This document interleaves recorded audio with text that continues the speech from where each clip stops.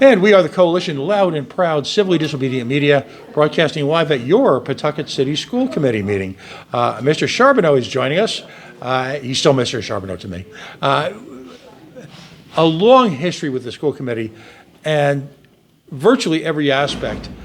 His experience out in the private sector, the dreaded private sector as we refer to it here, has given him a great deal of credibility and experience both there and in the Pawtucket City School Committee when it comes to buildings and grounds and facilities development. In his private life, he manages, how many hundreds of thousand square feet is that building? It's 150,000 square feet. 150,000 square foot building.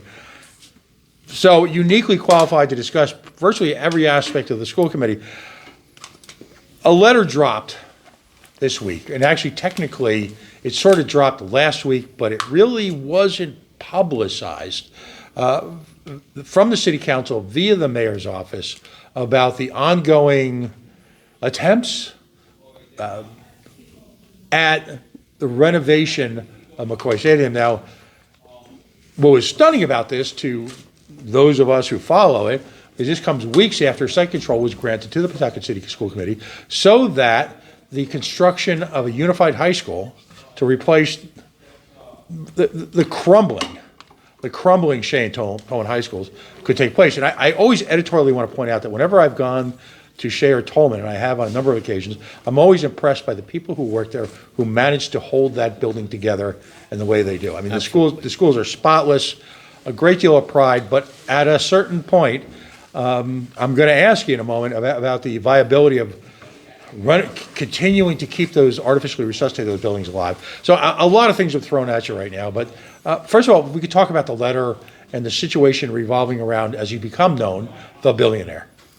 Yeah, so the letter, it's interesting. You know, we received it this afternoon, indicating that it was a Soloviev offer from McCoy. The attachment that I viewed looks like an itemized list of potential repairs, totaling somewhere in the neighborhood of $40 million. I don't see any formal offer, formal proposal. The city has the right to sell that parcel of land. The school committee does not, nor does the school committee hold that authority for any school building. I think this story goes back to 2021, though, when we were closing in the day before the Shea renovations were to occur. The plan was scrapped. And now people will say, well, it was rejected by RIDE, but I want the community to remember, this was a year and a half in development. There were multiple meetings with RIDE, the council. We had a going away for Shea that 1,000 people attended. This was widely known what was going to happen to Shea. So it gets stopped in the 11th hour.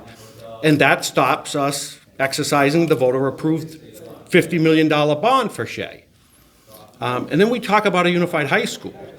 And there's, at my urging, back in 21, I asked the council to publicly talk with their bond counsel, in which that meeting eventually took place. Their own bond counsel told them they had the capacity back in 21 to bond up to $200 million. Now, fast forward to the unified high school bond, the city goes out to bond for $350. The numbers aren't adding up here. And, you know, what we're hearing now is this last-ditch effort, but there is no proposal. The unified high school cannot fit on the same plot of land and keep McCoy there. People talk about a plan B. Why didn't you look at that? We studied this as part of the unified high school subcommittee. Members of the school committee, the mayor's office, the city council. We looked at all other available sites in Pawtucket. McCoy is the only one that could fit a unified high school. As far as the city giving us site control, we would never be having this conversation about a unified high school if that question was ever in doubt 3 years ago. I think people need to pause here and start to see a timeline of delays and obstacles being thrown in at the last minute, and then a pivot, if you will, to somehow make it the school committee's fault. Sorry, that was a bit long. No. And in fact, let's break it down a little bit. First of all, the viability of McCoy. Is there been any interest at all from any sort of sports organization to conduct any sort of sporting event there? Well, the Soloviev Group and the mayor's office have indicated that there have been multiple meetings. And don't forget, this first came to light back in early July. The first time anyone from the school department had met with the Soloviev Group was a couple of weeks ago. And that was for them to review our plans for the unified high school. They had no plans. They had no proposal. Contrary to the itemized renovation list that we received today, dated in August. So I think, the city seems to be having a bonding issue with the soccer stadium now. And that letter came back out in August. So either the city's got a communication problem or they have a bonding problem. Or both? Or both. Right, because ultimately, and it could have been done in executive session, or some level of communication. For the record, shouldn't the school department have been aware of the bonding issues, first of all, and the construction issues and the billionaires issues at the school committee in a real-time basis, and only because they impact the viability of the bonding at the school issues, shouldn't they have been made aware, perhaps privately, of the bonding issues surrounding the soccer stadium? Because aren't they all ultimately interrelated? Well, I think they're all connected, and that's why before we even started this conversation on a unified high school, I implored the city council to publicly bring their bond counsel. That meeting occurred, and their own bond counsel told them the ceiling was $200 million. They go out to bid for $350 million. And does anyone think the economic climate in Pawtucket has improved so dramatically from 2021 till current day that we can go out to bond for $150 more than our own bond counsel tells us we have the capacity to bond? Something's not adding up here, folks. Something is not adding up. The school committee knows how to do school construction. We've proven that throughout the district. We've proven it at Potter Burns, at Winters, at Nathaniel Green, and now at Baldwin. But something's not adding up here with this unified high school. The mantra over the last few months from the city council, because full disclosure, the Coalition Radio Network, in the form of me, attends most city council meetings. The mantra has been from them the alleged, and it's inferred, not stated, lack of communication from the school committee to the city council and the administration. Is it fair to say that actually the reverse is true? Well, it's funny that the council and the mayor's administration talk about collaboration, and I heard at the council meeting a couple of weeks ago, they looked forward to our cooperation. We weren't the ones looking to make the city council an appointed board. Let's not forget that too, folks, while we look at this bonding issue and this timeline. In that timeline, a few people got together and decided that they would mobilize the Charter Review Commission ahead of a special election to replace the existing school committee, the ones you voted for, with an appointed school committee of the mayor's choosing. That committee, had that gone through, that committee would have been seated January 1 of next year. Month and a half from now. So would that have committee then been too new to pursue a unified high school? Something's not adding up here. And, I've done a little research on Mr. Soloviev. He is a brilliant man. He is a brilliant man. His forte is agriculture and railroads, not minor league sports teams. A lot of provocative conversation was provided by public input tonight, and some fairly dramatic testimony about the ongoing conditions at Shea and Tolman, which I don't think anyone disputes. But at the same token, going back to the release of the NIAS report, and even before then, as you mentioned, the school committee has continued to push for the release of money to bring Tolman and Shea up to par, if you will. Why is it coincidence that all of a sudden fingers are being pointed at the school committee as somehow? And I'll use again, it's very subtle. But I'll use the word obstructionist. What's the story there? Well, the city authorized $10 million to be spent on much-needed renovations at Shea. Remember, the voters approved spending $50 million there.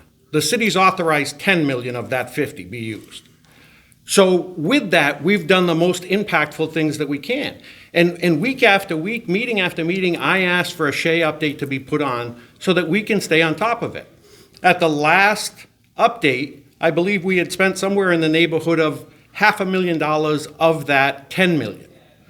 So these projects, in order to do impactful projects, there's a long time lead time to them. So whether we end up spending that $10 million in its entirety remains to be seen, because these projects are still so far out because of the complexity of the building and the project itself.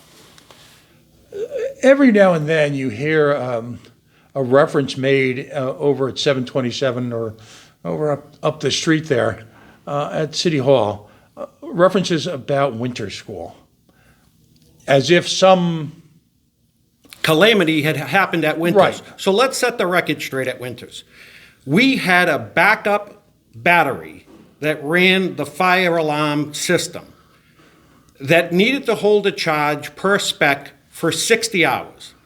Now, mind you, this backup battery only takes effect if there's a power loss. If there's a power loss, the children aren't in school, or they're quickly dismissed if there's a sudden power loss. So that backup battery needed to fully charge, and then it needed to be inspected. And the only time it could be inspected was a week before or a few days before, because it was actually charging and then installed. That was the plan all along. It held the charge for 42 of the 60 hours. And the city building inspector wouldn't let us open the doors. That's what happened at Winters. We built a $50 million elementary school. During a global pandemic, we missed opening by a day because the backup battery didn't hold a charge for 18 of the 60 hours that it was required to. And that's what they hang their hat on as being such a failure at Winters. Now, I'm going to be a little unfair to my friend Mayor De Silva of East Providence, but if you're a resident of East Providence, wouldn't you rather have the winter school situation than what's going on at East Providence High School? Well, I don't want to comment on East Providence, but I'll tell you what, I'm proud of the building we put up at Winters. Mm-hmm. I'm proud of that building. And Baldwin, and I'm proud of the work we've done in this community, in this district. When I got here, they were putting garbage bags over toilets. And I think we've come a long way from there. We did it collaboratively, absolutely. The mayor was on board way back then, the council was on board way back then, and the residents saw what was delivered. All of a sudden now, that's not the case. And you know what? I'll go back to the Charter Review Commission. How dare they try to take the voters' rights away? Two members of an 80,000 community sent letters that triggered a Charter Review Commission to replace this sitting school committee. Why? Because there's something not adding up with the bonding money going on in this city. That's all I got to say, Pat. Thank you.